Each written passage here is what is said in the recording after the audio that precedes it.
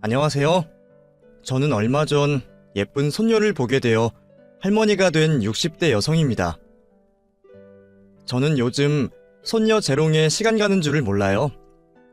딸아이를 쏙 빼닮은 손녀 때문인지 요즘 들어 저는 저희 딸아이의 어릴 적 모습이 자꾸만 떠오르곤 합니다.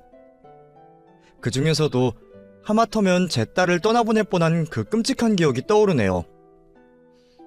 어릴 적에 저희 딸이 목숨을 잃을 정도로 크게 아팠었는데 수술비가 없어서 정말 죽을 뻔했거든요. 만약 그때 딸이 살아나지 못했더라면 저도 이 자리에 없고 제 손녀도 없었겠죠. 그럼 죽을 고비를 넘기고 기적같은 인연을 만난 제 딸의 이야기를 해보겠습니다. 제 손녀와 딸에게도 어린 시절이 있었듯 저도 어린 시절이 있었지만 제 유년 시절은 그리 기억하고 싶지 않은 기억들 뿐입니다. 저처럼 딸을 끔찍이 생각하는 엄마가 저한테는 없었거든요. 어쩌면 그래서 제가 딸을 더 끼고 도는지 모르겠지만 저희 엄마는 제가 10살 무렵이던 시절 집을 나가셨습니다. 자식을 버리고 간 어미를 이해할 수 없을지 모르지만 저는 그런 엄마를 원망할 수만은 없었습니다. 저희 엄마는 술만 마시면 세간살림 깨부수고 죄 없는 아내를 때리는 술주정뱅이 아버지한테 시달릴 만큼 시달리신 분이셨거든요. 제가 거의 매일 술 심부름을 했던 걸 보면 아버지가 술을 거르는 날은 거의 없으셨을 겁니다. 맨정신이었을 때보다 취해 계시는 날이 훨씬 많으셨겠죠. 술 취한 사람들이 다 그러는지는 모르겠지만 저희 아버지는 술이 들어가면 사람이 겁이 없어지고 난폭해지곤 했습니다. 평소 밖에서는 밀린 임금 달라는 소리도 못하고 다니면서 꼭 집에서는 처자식 앞에 소리 지르고 윽박 지르며 집에는 늘 큰 소리가 나곤 했습니다. 나도 엄마도 잘못한 건 없는 것 같은데 꼭 무슨 핑계와 꼬투리를 잡아서라도 화풀이를 해야 직성이 풀리는 듯 화를 내시더라고요. 엄마는 그 고생을 10여 년을 견디셨고 같이 괴로웠던 저는 차라리 엄마가 나를 데리고 도망가줬으면 좋겠다 생각하곤 했었어요. 어차피 집은 불편하기만 했고 돈벌이도 시원찮은 아버지가 계신다고 해서 특별히 사정이 나은 것 같지는 않았거든요. 그런데 엄마는 어느 날 혼자 사라지셨어요. 그때가 제가 10살 되던 해였죠. 학교 다녀왔다고 인사하러 주방으로 곧장 뛰어들어가는데 엄마가 어디에도 안 계시는 겁니다. 방에 계시나 싶어서 방문을 열어보니 거기도 엄마의 흔적은 없었어요. 그제서야 저는 집안이 평소와는 다르다는 걸 느꼈습니다. 장롱을 열어본 저는 엄마가 유일하게 가지고 계시던 큰 짐가방이 사라졌다는 걸 발견했습니다. 이사갈 때마다 그 안에 가득 중요한 물건들을 담으셨던 엄마가 그 가방과 함께 감쪽같이 사라져버린 거죠. 저는 그 후로 다시는 엄마를 만난 적이 없었고 엄마가 없는 제 삶은 무척 외롭고 괴로웠습니다. 아버지는 엄마가 도망을 간 이후 더 자주 술을 드셨고 가끔씩은 아줌마들을 집에 데려오곤 하셨어요. 무서운 아버지랑 단둘이 있는 것도 싫었지만 집에 모르는 사람이 들어오는 것도 달갑지 않았죠. 아무리 생각해도 어린아이가 자라기에는 좋지 않은 환경임이 분명하네요. 그래서 저는 늘 하루빨리 나이가 들고 싶었습니다. 내 몸 하나 건사할 수 있는 나이가 되면 언제라도 그 집을 벗어나서 새 삶을 살고 행복해지고 싶었거든요. 하지만 집을 벗어났다고 해서 쉽게 행복이 찾아오는 건 아니었어요. 아버지를 벗어났지만 세상은 녹록지 않더라고요. 무턱대고 집을 나왔지만 그 나이 여자애가 갈 만한 곳은 그리 많지 않았습니다. 그래서 저는 18살 나이에 공장의 객공으로 취직을 하게 되었어요. 그때는 여자들이 많이들 공장에서 미싱을 돌리던 시절이었거든요. 그래서 저도 아는 언니 따라 서울로 상경해 공장에 취직을 하게 되었습니다. 그 당시 저희 같은 사람들을 공순이라고 불렀는데 지금이야 그러려니 하지만 그때는 공순이라는 말이 정말 듣기 싫었어요. 그래도 그 공순이들이 있기에 대한민국 산업이 부강하는 거라며 저는 나름의 자부심을 가지고 일을 했습니다. 그렇게 저는 공순이 생활을 오래 했어요. 18살 꽃띠 나이에 처음으로 미싱을 잡고 저의 20대 시절이 모두 공장에 남아 있었죠. 일하면서 받은 월급은 얼마 되지 않지만 저는 그 돈을 아끼며 차곡차곡 모았습니다. 먹고 싶은 것 안 먹고 사고 싶은 것 안 사면서 무조건 저축하기가 쉽지는 않았어요. 시골에서만 살다가 처음으로 도시 풍경을 본 탓에 나도 극장 구경 가고 싶고 다방도 가보고 싶었지만 그때는 어떻게든 허리띠 졸라매고 참았습니다. 그렇게 모은 돈으로 이루고 싶은 꿈이 있었거든요. 제가 바란 건 그리 큰 꿈은 아니었어요. 그냥 좋은 남자 만나서 서로 힘 합쳐서 결혼해 예쁜 가정을 꾸리는 것. 그게 제가 바라던 유일한 것이었습니다. 부모님 두 분 다 살아계시니 고아는 아닌데 차라리 고아가 낫겠다 싶을 정도로 외롭게 지냈으니 어른이 되면 내 힘으로 내 가정을 꾸리고 싶었거든요. 돈도 그래서 아등바등 모았던 거죠. 그때는 저도 꿈만 야무졌는지 결혼할 만한 남자를 찾는 건 쉽지 않았습니다. 제가 제일 기피하던 사람이 저희 아버지 같은 사람이었는데 세상 남자들은 죄다 저희 아버지 같더라고요. 어쩜 그렇게들 술 담배를 좋아하는지 일단 술 마신다고 하면 퇴짜를 놓다 보니 만날 남자가 별로 없었죠. 그러다 만난 게 제 남편이었습니다. 제가 원하는 남자 조건을 알고 있던 지인 하나가 술을 절대 안 마시는 남자라며 소개를 해줬거든요. 술을 안 마셔서 그런지 맑은 얼굴에 쑥스러운 듯 제 눈을 잘 마주치지 못하는 남자가 무척 순수하고 귀여워 보였습니다. 보통 남자는 남자다워야 한다며 허세 있는 남자들이 많은데 저는 그런 게 정말 싫었어요. 어쩌면 그런 게 전부 폭력적인 아버지와 관련된 저의 유년 시절 트라우마였을지도 모르겠지만 저는 순해 보이는 남편이 마음에 들었고 저희는 계속 만남을 가지게 되었어요. 그리고 만난 지 반년 만에 결혼을 결정하게 되었죠. 그때는 중매 결혼이 더 많은 시절이라 연애 결혼도 길게 연애하는 일이 별로 없었어요. 반년 정도 만났으면 만날 만큼 만나봤다 싶어 결혼하는 게 자연스러웠죠. 남편과 연애를 하던 그 반년간 저는 정말로 행복했습니다. 남편이 저를 무척이나 아끼고 챙겨주었거든요. 평생 살면서 나한테 그렇게 해주는 사람이 아무도 없었는데 갑자기 공주 대접을 받으려니 사람 마음이 어떻겠나요? 남편은 가난한 집 장남에 돈도 없고 가진 것은 없었지만 제게는 누굴 데려놔도 아깝지 않을 만큼 대단해 보였습니다. 그 사람과 결혼만 하면 제 인생에도 행복이 펼쳐질 것만 같았어요.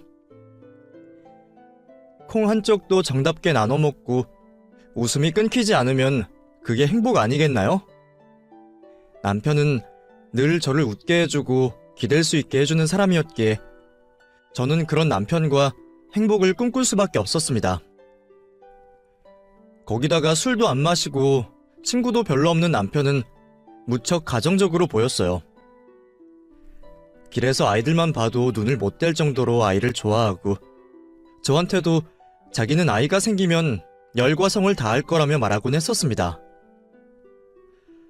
사실 남편도 어릴 적 어머니가 일찍 돌아가신 탓에 저처럼 가정을 꾸리는 것에 대한 기대가 있었거든요. 어머니가 안 계셔서 어려서부터 집안일을 해와서 집안일도 곧잘 했기에 당시로는 이만한 남편감이 없다 싶었죠. 그때는 가부장적인 분위기가 깔려 있어서 남자들이 집안일에 신경 쓰는 시절이 아니었거든요. 근데 저희 남편은 청소며 요리며 모자람 없이 하는 사람이었기에 저는 그 사람을 놓치면 다시는 그런 남자를 만나지 못할 거라 생각했죠. 그렇게 결혼을 하게 된 저희는 작은 단칸방에서 신혼을 시작하게 되었습니다. 여름에는 개미가 들끓고 마당에서 바퀴가 들어오는 열악한 환경이었지만 사랑하는 남편과 함께라면 모든 게 행복하기만 했어요. 늘 외롭고 안타깝던 내 인생이 이제 드디어 펴지는구나 싶었습니다. 금슬이 좋은 덕인지 저는 결혼하고 1년 만에 아이를 가지게 되었습니다. 결혼해서 남편한테 사랑받으며 우리 부부 닮은 아이 낳고 살기를 바라던 제 꿈이 드디어 이루어지는 날이었죠. 누구보다 기뻐하며 남편에게 임신 소식을 전했던 날, 남편은 너무 행복해했어요. 여보, 나 임신이래. 우리 아이가 생겼대. 정말? 그게 정말이야? 우리가 부모가 된다고? 당신은 아무 걱정하지 마. 앞으로 내가 더 좋은 남편, 좋은 아빠 될 거고 우리 식구들 위해서 더 큰 집으로 이사도 갈 거야. 이제 진짜 더 행복하게 해줄게. 단칸방에서 아이를 낳으려니 걱정이 되기도 했지만 그렇게 말해주는 든든한 남편이 있었기에 저는 아무 걱정이 없었습니다. 남편은 임신한 저를 위해 무척 챙겼어요. 먹고 싶다면 나가서 사오고 다리 아프다고 하면 하루 종일 주물러주고 자기도 밖에서 일하고 들어와서 힘들 텐데 저랑 아이 생각한다고 그러는 걸 보면 다시 한번 내가 결혼을 잘했구나 싶은 거죠. 덕분에 저는 호의호식하며 임신 기간을 잘 견딜 수 있었습니다. 문득 몸조리해줄 친정엄마가 없어서 어쩌나 싶은 걱정이 있었지만 나한테는 남부럽지 않은 남편이 있으니 아무것도 두렵지 않았어요. 그리고 저는 딸을 낳았습니다. 남자들은 원래들 좀 그런지 저희 남편도 은근히 자기 닮은 아들이기를 바랬지만 저는 절 닮은 제 딸이 참 예뻤습니다. 내가 내 품으로 저런 걸 낳았다고 생각하니 제 자신이 대견스러워지는 거죠. 어찌나 예쁘고 귀엽던지 저는 그날 아이를 처음 본 순간부터 사랑에 빠지고 말았습니다. 아마 앞으로 남편보다도 나보다도 사랑하게 될 거라는 확신이 들더라고요. 그렇게 딸아이를 금지옥엽 키워가던 어느 날 제가 누구보다 소중하게 생각하는 제 딸이 갑자기 병을 얻고 말았습니다. 딸이 7살 되던 해의 일이었어요. 몇 날 며칠 고열을 앓기에 해열제를 먹여도 도통 듣지를 않아서 병원에 찾아갔더니 제 딸에게 병이 있다더라고요. 당장 입원을 해야 한다는 말에 저는 그 길로 곧장 아이와 병원 신세를 지게 되었습니다. 잘하면 수술까지 해야 할지 모르는데 당장은 아이 상태가 너무 나빠서 수술은커녕 검사도 제대로 받을 수가 없었어요. 저는 청천벽력 같은 소식을 곧바로 남편에게 전했고 시간 나면 병원에 온다던 남편은 그 후로도 소식이 없었습니다. 이상하다 생각했지만 그때는 저도 딸애 때문에 정신이 아주 나가 있어서 남편을 신경 쓸 겨를이 없었어요. 그래도 애아빠가 애가 아픈데 안 오냐 싶어서 몇 번이고 전화를 걸어봤지만 그때마다 남편은 받지를 않고 어쩌다 통화가 연결이 되면 회사가 바쁘다는 말만 하더라고요. 그래도 애가 아픈데 어떻게 그래? 당신 애아빠 맞아? 그러니까 회사에 있는 거 아니야. 애 아프면 병원비 누가 내? 집에 돈 버는 사람은 나 하나인데 그럼 나까지 병원에 붙어서 아무것도 하지 마? 아니 그래도 시간 내서 좀 오지. 주희가 아빠 기다리잖아.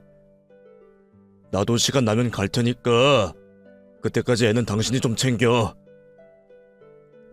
그때 이상한 낌새를 눈치챘어야 하는 건데 그때는 저도 정말 남편이 회사 일로 바쁜 줄만 알았습니다. 그 사이 저는 제대로 먹지도 못하고 자꾸만 토하고 아픈 아이를 챙긴다고 정신이 없었어요. 혼자 부모 노릇하랴 간병인 노릇하랴 하다 보니 하루 종일 눈 붙일 시간도 없이 바빴거든요. 그러는 사이에도 남편은 병원에 한 번을 오지 않았습니다. 온다 말만 하고 언제 오려고 그러는지 저는 그제서야 뭔가 이상한 상황을 눈치챌 수밖에 없었죠. 그런데 그때는 이미 늦은 상태였어요. 제가 남편을 의심하며 기어이 화를 내고 따져 묻자 남편은 냅다 이혼을 하자 하더라고요. 당신 정말 뭐야? 애가 아픈데 어떻게 한 달 동안 한 번도 안 올 수가 있어? 당신은 주위 걱정이 되기나 해? 내가 지금 얼마나 지옥 같은 줄 알아? 주위 당장 수술이 급한데 상태가 너무 안 좋아서 수술도 못 받아. 이러다 주위 잘못되기라도 하면 어떻게 할 거야? 그걸 왜 나한테 물어? 내가 애 아프게 했어? 그러게 당신은 대체 뭘 했어? 집에서 하루 종일 살림이 나는 여자가 뭘 했기에 애를 아프게 만드냐고? 그게 내 탓이야? 그럼 내 딸을 내가 아프게 하기라도 했다는 거야? 됐고, 나 이제 당신이랑 더 못 살겠어. 우리 이혼하자. 나 다른 여자 생겼어. 애가 아파서 사경을 헤매는 와중에 이혼하자고 하는 남편이 세상에 몇이나 될까요? 그런 쓰레기가 얼마나 있을지 모르겠지만 그런 쓰레기가 다름 아닌 제 남편이었습니다. 이미 진작부터 직장 동료와 바람을 피고 있던 남편은 아이가 아프자 저희가 자기들에게 짐이 된다 싶었던지 당당히 이혼을 요구하더라고요. 나 그 사람이랑 새 출발하고 싶어. 그러니까 우리 이혼하자. 어떻게 그래? 당신 눈엔 주의가 안 보여? 나한테는 그러더라도 당신 딸한테는 그러면 안 되잖아.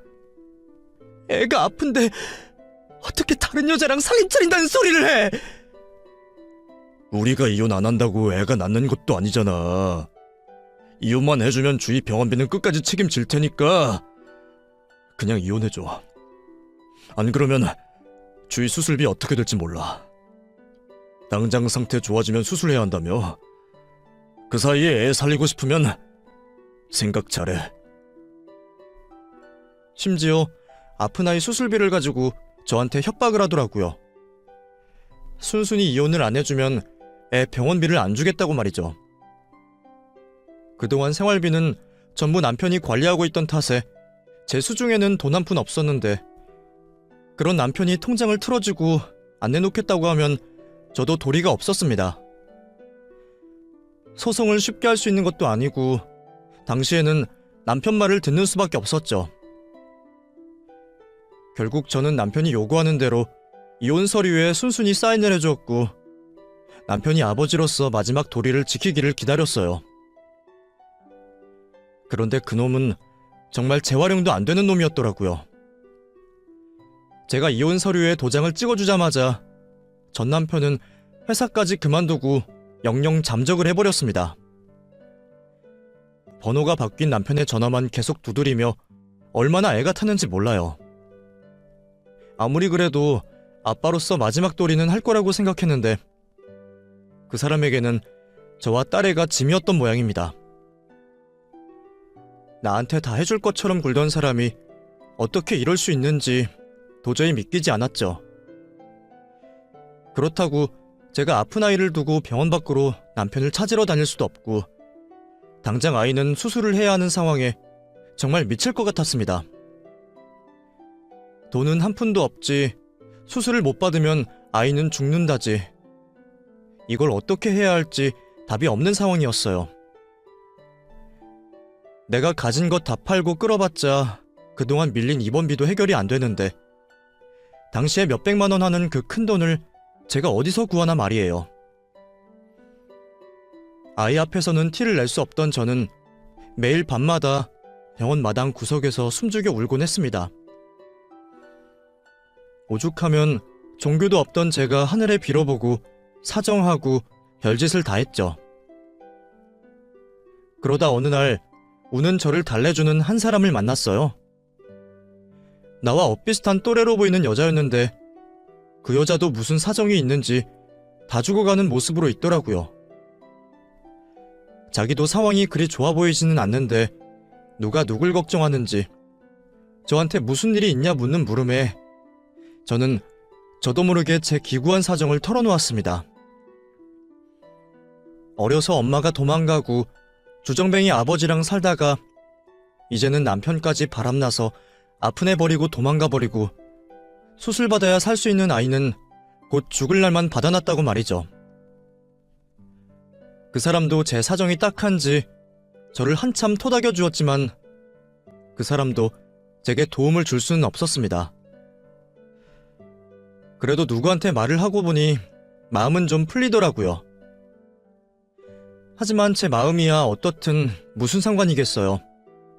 결국 수술을 받지 못한다면 제 딸은 죽을 목숨이기에 저는 제 딸을 지키지 못했다는 죄책감에 시달릴 수밖에 없었습니다. 아이가 수술을 못 받아서 죽는다면 결국 나도 죽어야 하는 거겠죠. 그 사이 수술 날짜는 다가오고 돈을 구하지 못했던 저는 아이와 함께 강물에 떨어질 결심까지 하고 말았습니다. 아이에게는 너무나 미안했지만 당시에는 정말 도리가 없었어요. 그런데 그때 누가 저희 딸의 병원비를 냈다는 소식을 듣게 되었습니다. 어머니, 주희 수술비 수납돼서 일주일 안에 바로 수술 들어갈 거예요. 예? 그게 무슨 말이에요? 누가 수술비를 냈다는 거예요? 모르셨어요? 주희 아시는 분이라고 어떤 여자분이 내고 가셨는데? 검정 옷을 입고 마르고 단발머리인 여자분이셨어요. 누군지 모르세요? 순간 저는 며칠 전 저의 한탄을 들어주었던 그 여자가 생각이 났습니다. 간호사가 설명하는 인상착의가 딱 그 사람이었거든요. 하지만 저는 그분이 누군지 알 수가 없었습니다. 큰돈을 건네면서도 누군지 밝히지도 않고 가는 바람에 저는 그분의 이름 석자도 알 수 없었죠. 그날 처음 본 나를 왜 도와줬는지, 이런 큰돈을 어떻게 그냥 주고 가시는지, 저희 모녀를 도와주신 은인을 어떻게든 찾고 싶은 마음은 굴뚝 같았지만 당시에는 아이를 살리는 게 우선이었던 탓에 신경을 쓸 수가 없었습니다. 그렇게 그분 덕분에 저희 딸은 무사히 수술을 받을 수 있었고 수술은 아주 잘 되어서 건강을 회복할 수 있었어요.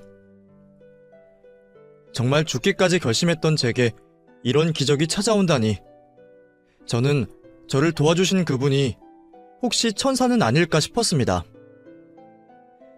정말 천사 얘기라도 한 건지 찾으려고 노력을 해보고 한참 병원을 뒤졌지만 끝내 그분을 찾을 수는 없었죠. 제 딸을 살려주신 은인에게 은혜를 갚고 싶었지만 만날 수 없었던 저는 그 후로 마음가짐을 달리했습니다. 내가 생전 처음 본 누군가에게 도움을 얻었던 것처럼 나도 누군가에게 도움을 주겠다고 말이에요. 그러려면 능력이 되어야 한다는 생각에 저는 정말 열심히 살았습니다.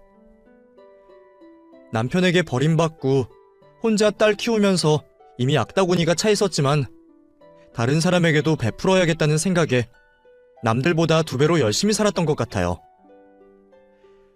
그렇게 한 달 벌어서 한 달 살면서도 아끼고 아낀 돈을 어려운 사람들에게 나눴고 없는 상황에서도 저는 저보다 어려운 사람을 도우려 노력했습니다. 남을 도우면서 살다 보니 복이 따라오른 건지 좌판에서부터 시작한 액세서리 장사가 점점 잘 되기 시작하면서 저는 어느새 가게를 차리고 몇 년 뒤에는 그 가게로 체인까지 내게 되었습니다. 처음에는 나 같은 사람들에게 기회를 주고 싶어서 시작한 체인 사업이었는데 하다 보니 돈은 저절로 따라붙게 되더라고요.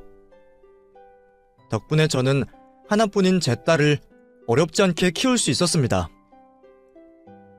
딸이 아픈 뒤로는 딸만 보고 살았던 저라서 제 자식에게는 정말 다 해주고만 싶었는데 말이에요. 어떻게든 우리를 버린 전 남편보다 잘 살아야지 싶었는데 참 다행이었죠. 그렇게 키운 딸은 제 바람대로 좋은 대학 나와서 대기업에 취직까지 했습니다. 7살 무렵 아파서 죽을 뻔했던 그 시절을 생각한다면 딸이 건강하게 자라준 것만으로도 고마운데 그만큼 자랑스럽게 자라주니 저도 더 이상은 바랄 게 없다 싶었어요. 아직 20대 한창 나이이니 자기 인생 즐길 만큼 즐기다가 좋은 사람 만나서 결혼하면 되겠다 싶었죠. 아니, 사실 결혼을 안 하겠다고 해도 괜찮을 것 같았어요. 제가 워낙 전 남편에게 호되게 당한 탓인지 세상에 믿을 만한 놈 없다 싶었거든요. 더군다나 요즘은 이혼율도 워낙 높다는데 그래서 내 딸도 나랑 비슷한 아픔을 겪느니 차라리 혼자 즐기는 게 낫다 싶었죠. 그런데 그런 딸이 너무 이른 나이에 결혼을 하고 싶다면서 집에 남자친구를 데려온다는 겁니다. 그동안 애인은 없냐, 연애는 어떻냐 물어봐도 남자친구도 없다면서 딱 잡아떼더니 언제 저 몰래 남자친구를 만들어서 사귀고 있었나 싶어 충격이었어요. 심지어 엄마는 하나뿐인 딸이 연애를 하는지도 모르는 동안 자기는 결혼까지 생각했다니 말이죠. 이걸 웃어야 하나 울어야 하나 모르겠는데 그 와중에도 저는 걱정부터 앞섰습니다. 옛말에 딸들은 아빠 닮은 남자를 만난다는데 설마 우리 딸이 그런 이상한 놈을 만날까 싶어서 말이에요. 저희 딸도 아빠 없이 자란 탓에 혹시 옛날의 나처럼 일찍 가정을 꾸리고 싶은 마음에 웬놈에게 콩깍지가 씌인 건 아닐까 싶었습니다. 저도 그 나이에는 불우한 가정 환경 탓에 불안정했던 제 삶이 결혼으로 달라질 거라 생각했거든요. 그래서 제가 염려하는 줄 알고 저한테 말을 아끼던 딸이었지만 저는 딸이 어떤 남자를 데려올지 두려웠어요. 저도 보는 눈이 없어서 결혼 생활을 망쳤기에 딸아이에게 딱히 해줄 말은 없지만 그래도 누구보다 소중한 내 딸이 나와 같은 실수를 하지 않기를 바라는 마음에 그런 걱정이 당연할 수밖에 없었죠. 너 이제 겨우 27인데 무슨 결혼이야? 대학 졸업한 지 얼마나 됐다고? 너무 빠른 거 아니니? 엄마는 나보다 더 어릴 때 결혼했으면서 무슨 소리야. 그때랑 지금이랑 같아? 요즘은 37도 부모랑 같이 살고 애처럼 구는데 너는 아직 30도 안 됐잖아. 근데 내가 널 어떻게 시집을 보내니? 엄마, 27도 충분히 어른이야. 엄마 눈에는 내가 37이 아니라 67이 되어도 아이가 될 것 같은데? 엄마는 진짜 나를 너무 어리게만 봐. 내가 아직도 철없는 7살인 줄 알아? 나 미성년자 벗어난 지 한참이고 벌써 대학 졸업하고 사회생활까지 잘하고 있어. 밖에서 나 애로 보는 사람 아무도 없어. 그래도 내 눈에는 아직 애지. 그리고 사회생활 하는 거랑 결혼이랑 같니? 대체 어떤 놈이길래 네가 이래? 언제는 결혼 안 하고 나랑 평생 같이 살겠다 그러더니 갑자기 무슨 결혼이야? 갑자긴 아니야. 벌써 1년 넘게 만났고 처음 만났을 때부터 지금까지 그 생각 변함없어. 뭐? 처음 만났을 때부터 결혼 생각을 했다고? 이것 봐. 엄마가 너무 과민 반응을 하니까 내가 엄마한테 편하게 얘기를 할 수가 있어야지. 나도 엄마한테 미리 말하고 싶었는데 만나자마자 결혼 생각했다고 하면 엄마가 걱정할 게 뻔하니까 말을 못한 거야. 근데 1년이 지난 지금까지도 생각에 변함이 없으면 괜찮은 거 아니야? 네가 뭐 남자를 볼 줄이나 아니? 남자들 겉만 본다고 될 게 아니다. 네 아빠도 첫인상은 얼마나 좋았다고. 세상에서 그렇게 가정적이고 다정한 남자는 없었어. 아마 너도 그때 네 아빠 봤으면 깜짝 놀랐을걸? 아, 왜 자꾸 나는 기억도 안 나는 아빠 얘기를 해? 그래서 내 남자친구가 아빠 같다는 거야? 나야말로 아빠 같은 사람 싫어. 근데 이 사람은 다르다고. 엄마 눈에는 세상 남자들이 다 도둑놈, 놈팽이, 사기꾼 같아 보이겠지만 어떻게 세상 사람들이 다 그러겠어. 그 중에도 좋은 사람은 있겠지. 그게 네가 만나는 놈이라고 어떻게 확신해? 저도 그렇게까지 말하고 싶지는 않았는데 생각과 다르게 말이 더 험하게 나가고 말았네요. 저도 아량이 넓은 엄마가 되어 아이가 누굴 데려와도 자식의 선택을 믿고 존중해주고 싶었지만 제가 한번 뼈아픈 고통을 겪어봤던 사람이라 그런지 딸의 남자 문제에 대해 예민할 수밖에 없었습니다. 가뜩이나 예전에 대학 다닐 때도 어디서 말도 안 되는 남자친구를 만나느라 제 속을 썩인 일이 있었는데 제가 어떻게 딸의 안목을 믿을 수가 있겠어요. 게다가 요즘에는 30에도 이르다고 결혼을 미루고들 하는데 저희 딸 27이면 한창 좋을 때잖아요. 아직 남자들도 많이 만나보고 사회생활도 많이 해보고 해야 하는데 갑자기 결혼을 해버리면 여자로서의 인생이 너무 아깝다 싶었죠. 나도 만약 그 시절 다른 기회가 있고 이런 말을 해주는 친정엄마가 있었더라면 결혼이 아닌 다른 선택을 했을지도 모릅니다. 제가 결혼에 실패하며 평생 그런 생각을 해와서 그런지 제 딸에게 자꾸만 잔소리를 하게 되더라고요. 딸아이 어릴 적부터 남자 문제라면 귀에 딱지 않도록 떠들었던 저였기에 딸도 제가 그런 소리를 하는 걸 싫어하지만 제가 딸을 아끼고 사랑하는 만큼 걱정이 될 수밖에 없었죠. 결국 딸과는 다투던 말이 끝나고 저희들은 며칠 동안 서먹했습니다. 저도 곰곰이 생각해보니 아직 보지도 않고 너무 안 좋은 소리만 했나 싶더라고요. 딸에게 미안해진 제가 먼저 화해의 손길을 내밀었습니다. 딸, 많이 화났어? 미안해. 엄마는 걱정이 돼서 그랬지. 엄마는 날 너무 애취급해. 그런 게 오히려 자식 망치는 거야. 알아? 그래. 엄마가 나이 들수록 더 걱정만 늘어서 그래. 엄마가 미안해. 그러니까 화 풀고 남자친구 데리고 와봐. 결혼도 얼굴 봐야 시키든지 말든지 하지. 엄마가 한번 봐보고 생각해 볼 테니까 데려와. 제가 먼저 남자친구를 데려오라고 말했더니 딸아이가 뛸 듯이 기뻐하더라고요. 사실 그때까지도 예비사위라는 생각보다는 딸애가 만나는 남자친구 한번 보겠다는 생각이었죠. 그런데 딸의 남자친구가 양복까지 갖춰 입고 꽃다발을 들고 온 겁니다. 안녕하십니까, 어머니. 저 주희랑 만나고 있는 김상원이라고 합니다. 긴장을 많이 했는지 귀가 바짝 들어가서는 제 얼굴을 제대로 쳐다보지도 못하는데 순진해 보이는 그 모습이 왠지 제 전남편을 떠올리게 해서 기분이 썩 좋지는 않았죠. 그렇다고 저도 손님 대접을 소홀히 하진 않았습니다. 딸이랑 한번 싸워서 저도 딸의 눈치가 보였거든요. 그래서 오랜만에 제가 열심히 솜씨발이를 했습니다. 양장 피며 구절판이며 손 많이 가는 잔치 음식들을 한껏 차려주었죠. 딱히 사위 대접한다 생각했던 건 아니지만 어쨌거나 우리 집에 온 손님이니 손님 대접을 했던 거죠. 그래도 잔뜩 긴장하면서도 반찬 안 가리고 이것저것 잘 먹는 모습이 보기 나쁘지는 않았습니다. 그런데 본격적으로 이야기를 하다 보니 아무래도 그 청년이 제 기대에 많이 미치지 못하는 겁니다. 우리 딸은 명문대 나와서 여기저기서 오라고 할 정도로 능력 좋고 야무진 데 비해 그 청년은 이렇다 할 재능이 없어 보였거든요. 그래, 자네는 어느 대학 나왔나? 지금은 무슨 일 하고 있어? 예, 저는 4년제 공립대를 나와서 지금은 IT 업계에서 프로그래머로 일하고 있습니다. 무슨 회사인데? 들으면 알만한 회사야?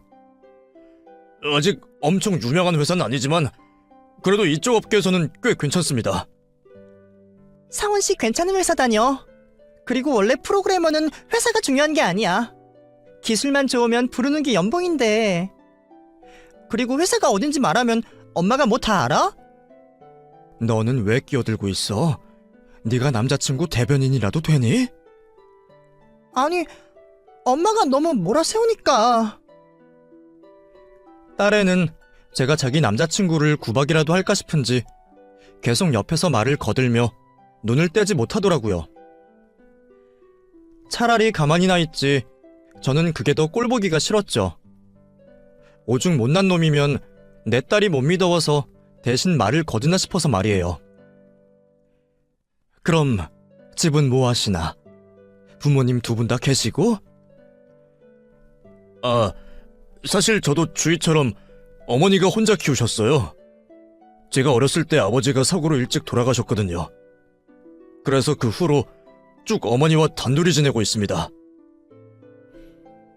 워낙 구김없어 보이기에 그런 사정이 있을 줄은 몰랐는데 저도 혼자 주위를 키웠기에 그 청년도 어머니와 단둘이 살았다는 말에 마음이 쓰였죠.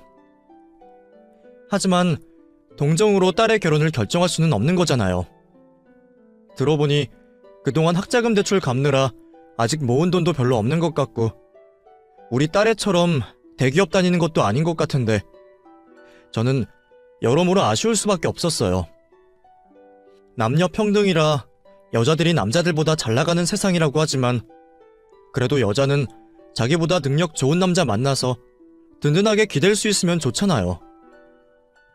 그 청년이 기술이 얼마나 좋아서 얼마를 벌든 저희 딸애보다 연봉이 적을 것 같은데 그걸 보고 자격지심 같은 건 없을지 괜히 나중에 우리 애만 고생하는 건 아닐지 걱정이었습니다. 그래도 사람 자체는 좋아 보여 다행이다 싶었어요. 아니나 다를까 그 청년이 돌아가고서 주희가 하루 종일 제 옆에 붙어서 자기 남자친구 칭찬을 하는 겁니다. 엄마 어때? 상원 씨 괜찮지? 멋지지? 착하지? 어우, 너 눈에 콩깍지 씌어서 뭐 제대로 보이기나 하니? 뭐 생긴 건 나쁘지 않고 사람은 좋은 것 같다만 그것도 모르는 거야. 사람은 겪어보고 뒤집어봐야 알아. 너 겉으로 봐서 사람 다 알 수 있니? 몇십 년을 알고 지내고 서로 알몸까지 봐도 그 사람 속 모르는 게 태반이야. 지금 너한테 잘하고 좋은 모습 보인다고 다 믿을 수가 없어. 그래도 상원 씨는 달라. 저 사람은 진짜 좋은 사람이야. 왜 내가 다쳐도 다른 사람 먼저 살리는 사람 있잖아. 상원 씨가 딱 그런 사람이야. 엄마는 손해보는데도 다른 사람한테 선뜻 도움 줄 수 있어? 그거야 상황이 어떠냐에 따라 다르지. 네가 너무 좋은 모습만 보는 거 아니야? 엄마가 상원 씨를 직접 겪어봐야 아는 건데. 엄마 말대로 사람 안 겪어보면 어떻게 알아. 근데 나는 알아. 그래서 이 결혼 확신이 생긴 거고. 엄마가 왜 그렇게 걱정을 하는지, 내 결혼을 염려하는지 아는데 나는 엄마가 나를 조금만 더 믿어줬으면 좋겠어. 나 엄마가 그렇게 무르게 키우지 않았잖아. 딸애가 당신이 키운 자식 한번 믿어보라며 그런 말을 하는데 순간 말문이 탁 막히더라고요. 내가 열과 성을 다해 키웠는데도 내가 내 딸을 못 믿는다는 게 우스운 일이기는 했습니다. 머리로는 그걸 알면서도 왜 매번 실행이 안 되는 건지 저도 답답해서 죽을 것 같았어요. 그럴 때마다 저는 차라리 딸애가 죽을 고비를 넘기지 않았더라면 미련이 좀 덜했을까 싶은 생각이 들곤 했습니다. 자식을 한번 잃을 뻔하고 나니 자꾸 염려가 되었거든요. 그래도 결국 고비를 이겨낸 건 제가 아니라 주희였죠. 저는 옆에서 있어줬을 뿐 한 건 별로 없었으니까요. 그래서 저는 딸의 말대로 딸애를 믿어보기로 했습니다. 어차피 나 닮은 딸의 고집이 꺾는다고 꺾일 것도 아니고 자기가 그렇게 확신하고 결혼을 하고 싶어 하는데 제가 말릴 수나 있을까 싶더라고요. 그래서 딸이 하고 싶은 대로 하게 두기로 했어요. 이러다가 정말 이혼을 하게 될지 백년해로 할지 어차피 아무도 모르는 건데 겁이나 내지 말자 싶었거든요. 나도 이혼했다고 인생 망한 것도 아니고 27살이면 자기 결정에 자기가 책임질 나이가 되었다 싶었죠. 그렇게 딸애도 그 집에 인사를 드리러 다녀오며 곧바로 상견례 날짜를 잡게 되었습니다. 그쪽이나 저나 둘 다 혼자라 그건 참 다행이다 싶었네요.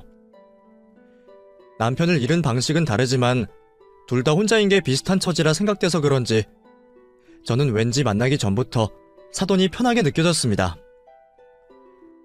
안녕하십니까. 저 주희 엄마입니다. 네, 안녕하세요. 상원이 엄마입니다. 만나뵙게 돼서 반갑습니다. 자식둔 엄마의 입장으로 인사를 나누고 보니 왠지 그 얼굴이 낯이 많이 익더라고요. 내가 편하게 느껴서 그런 건지 몰라도 꼭 어디선가 본 적이 있는 듯한 얼굴이었습니다. 근데 혹시 우리가 어디서 만난 적이 있나요? 분명 처음 뵙는 것 같은데 이상하게 낯이 익어서요. 글쎄요. 저는 오늘 처음 뵙는 것 같은데요. 저를 모른다는 사돈의 말에 저는 제가 착각을 한 거라 생각하고 말았습니다. 하기사 장사하면서 별별 손님 다 만났으니 누굴 봐도 닮았다 싶을 수 있겠다 생각했죠. 상견례가 시작되고 저희는 아이들 결혼에 대해 이야기를 나누었습니다. 결혼식은 언제쯤이 좋을지, 집은 어떻게 할지, 예물 예단은 어쩔지 정하고 같이 고민해야 할 게 너무 많더라고요. 각자 자식이 하나이다 보니 자식 결혼이 처음이라 사돈이나 저나 어려운 것 투성이었네요. 아휴, 참 애들 결혼시키는 것도 쉬운 일이 아니네요. 뭐 이렇게 정할 게 많은지. 저희 때는 그냥 반지 하나 나눠 끼고 말았는데 말이죠. 그러게요. 저도 자식 결혼이 처음이라 어렵네요. 그럼 우리 나머지는 애들끼리 정하라고 하고 편히 얘기나 합시다. 이러다가 밥 먹는 것도 얹히겠어요. 그럴까요? 그러고 보니 상원이 말로는 주희가 예전에 크게 아팠다고 그러던데 사돈이 고생 많으셨겠어요. 아휴, 그때 일이야 지금 다시 생각해도 끔찍하죠. 멀쩡하던 애가 갑자기 아파서 수술을 해야 한다고 하는데 그때 제가 하필 남편이랑 이혼을 해서 돈이 한 푼도 없었거든요. 어머나, 걱정이 많으셨겠네요. 아이가 아픈 것만으로도 마음이 찢어질 텐데.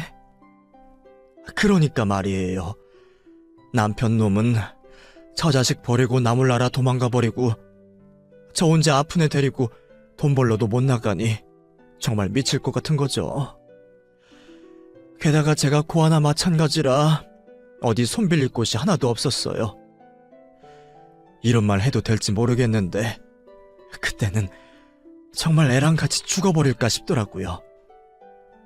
어차피 수술 못 받으면 죽는다는데 애 죽으면 내가 살아서 뭐하나, 그냥 같이 죽어버려야지, 그런 마음이었죠. 그런데 그때 누가 우리의 수술비를 대신해 준 거예요. 기억으로는 내 또래 아이 엄마였는데 이름도 말 안 해주고 가더라고요.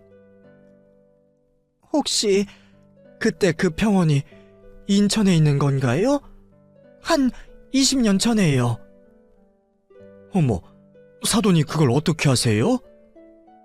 세상에. 그러고 보니 아까 어디서 봤냐고 물으셨을 때 저도 긴가민가 했는데 아무래도 그거 제 얘기 같은데요? 예? 저희의 병원비 내주신 분이 사돈이시라고요? 사실 저희 남편이 죽은 지 딱 20년 되었거든요. 그때 남편이 갑작스럽게 사고로 떠나고서 장례 치르고 정신이 하나도 없었는데 그때 병원에서 울고 있던 아기 엄마를 봤었어요.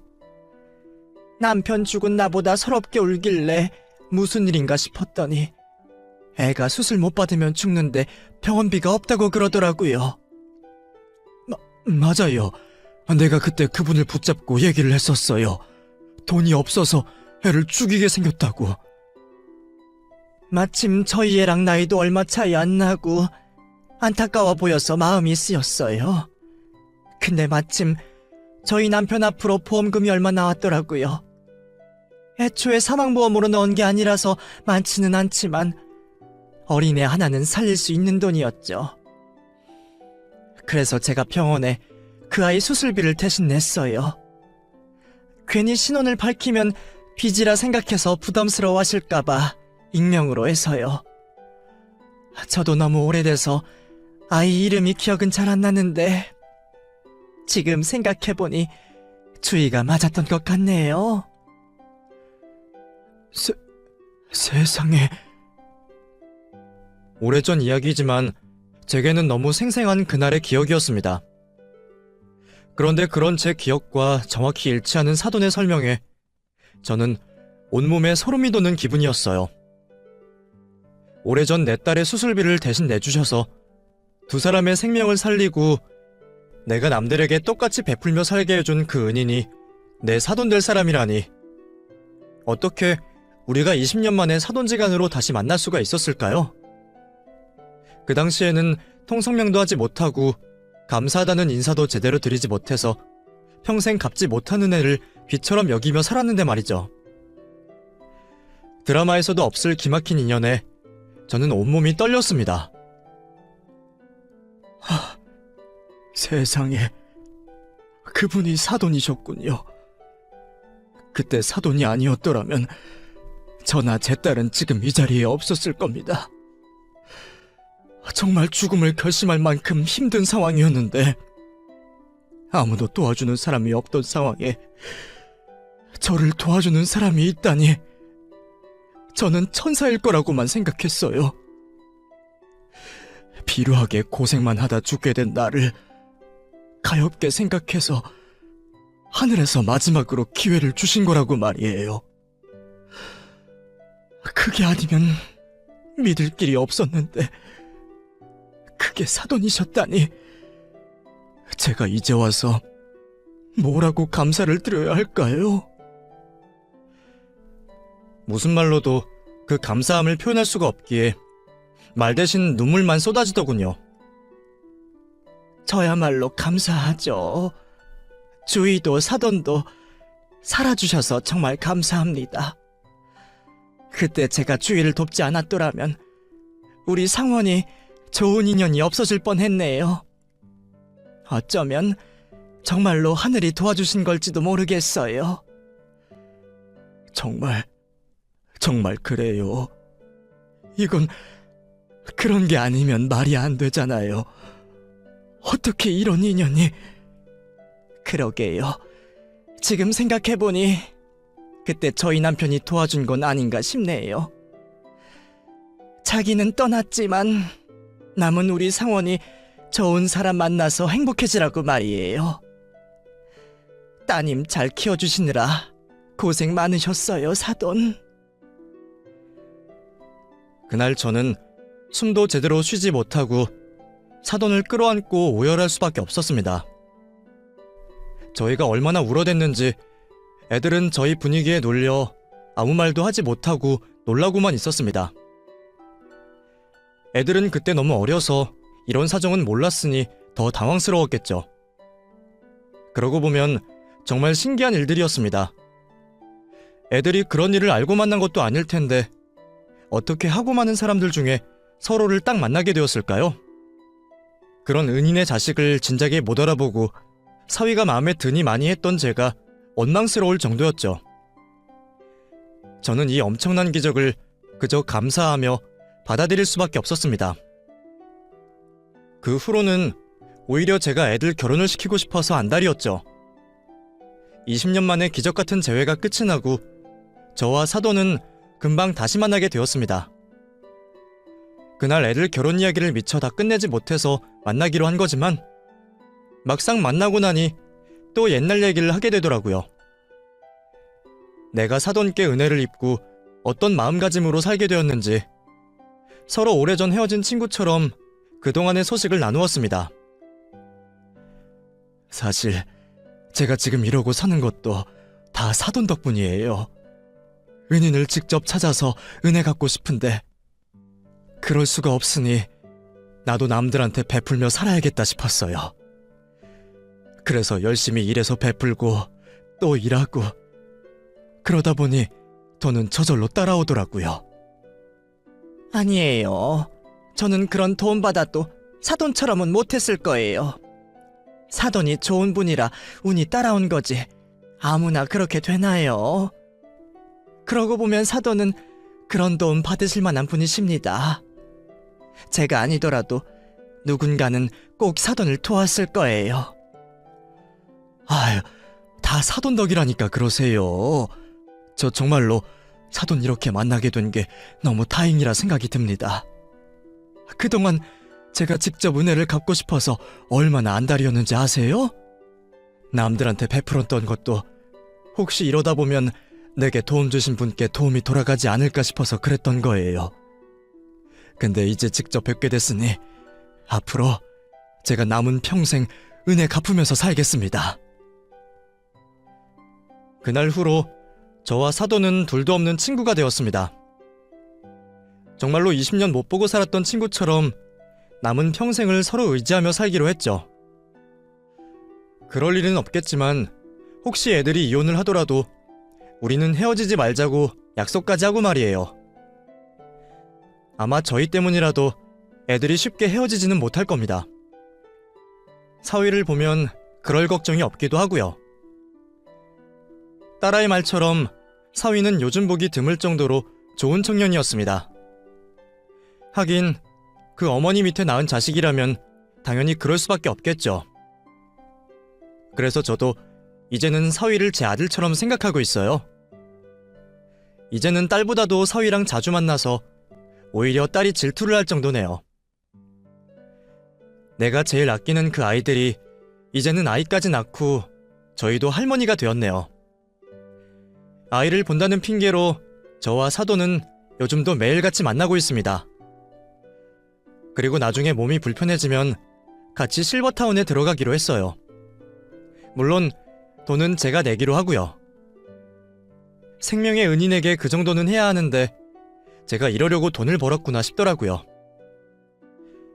그럼 앞으로 제 인생이 얼마나 남았을지는 모르지만 제가 세상을 떠나는 그날까지 저는 은혜를 갚으며 살아가겠습니다. 여러분들도 언제 어디서 귀한 인연을 만날지 모르니 늘 좋은 마음을 품고 살아가시길 바랍니다. 감사합니다.